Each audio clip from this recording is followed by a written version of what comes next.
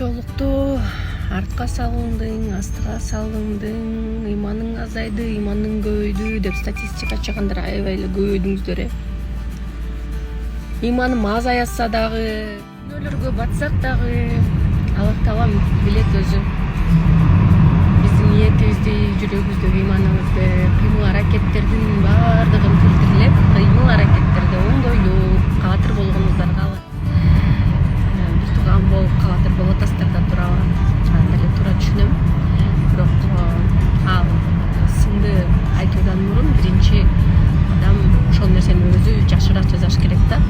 Адам бирөөгө жолук салынганды кантип салыныш керек экенин үйрөтөрдөн мурун биринчи өзү сонун кылып салыныш керек дагы, анан сынай түш керек. Өзү үлгү болуш керек деп ойлойм. Мисалы мен жолук салынам, толугу менен хиджаб кийип жүргөн жокмун, жолук салынып жүрөм деп атайым айтып келем. Анан ошончолук эле сындай турган болсоңуздар, лучше ошол сынды дуага түшүрүп коюңуздар, дуа кылып коюңуздар. Хиджаб кийип калсын оомин депчи. Мен мисалы жолук салынып жүрөсүздөрбү, салынбай жүрөсүздөрбү, вообще сын айтпайм да. Себеп дегенде ким болбосун ал жараткан Аллах Тааламдын пендеси. Аллах Таала жараткан.